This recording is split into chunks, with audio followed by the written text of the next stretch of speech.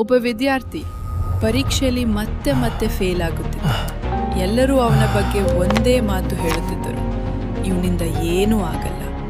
ಆದರೆ ಒಂದು ದಿನ ಅವನು ಮಾಡಿದ ಒಂದು ಸಣ್ಣ ನಿರ್ಧಾರ ಅವನ ಜೀವನವನ್ನು ಸಂಪೂರ್ಣವಾಗಿ ಬದಲಿಸಿತು. ಅವನು ಒಬ್ಬ ಸಾಮಾನ್ಯ ಎಂಜಿನಿಯರಿಂಗ್ ಸ್ಟೂಡೆಂಟ್, ಆದರೆ ಮಾರ್ಕ್ಸ್ ಯಾವತ್ತೂ ಸರಿಯಾಗಿರಲಿಲ್ಲ.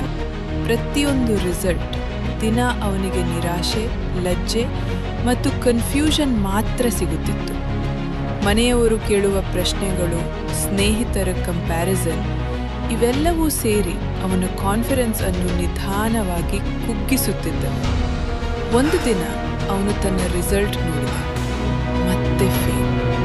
ಆ ರಾತ್ರಿ ಅವನು ಒಬ್ಬನೇ ಕೂತು ಯೋಚಿಸಿದ, ನಾನು ಎಲ್ಲಿ ತಪ್ಪು ಮಾಡುತ್ತಿದ್ದೇನೆ?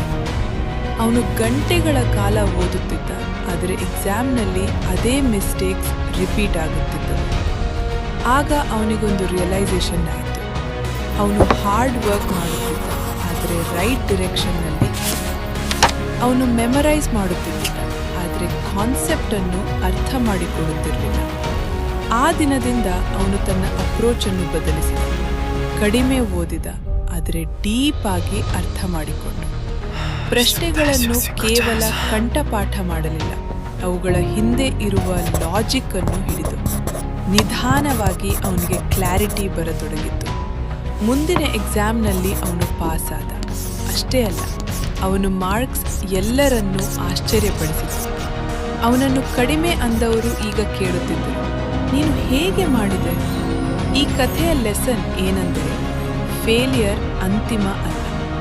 ತಪ್ಪಾದ ಮೆಥಡ್ನಿಂದ ಫಲಿತಾಂಶ ತಪ್ಪಾಗುತ್ತದೆ, ಆದರೆ ನೀವು ನಿಮ್ಮ ವಿಧಾನವನ್ನು ಬದಲಿಸಿದ ಕ್ಷಣದಲ್ಲಿ ನಿಮ್ಮ ಜೀವನವು ಬದಲಾಗುತ್ತದೆ.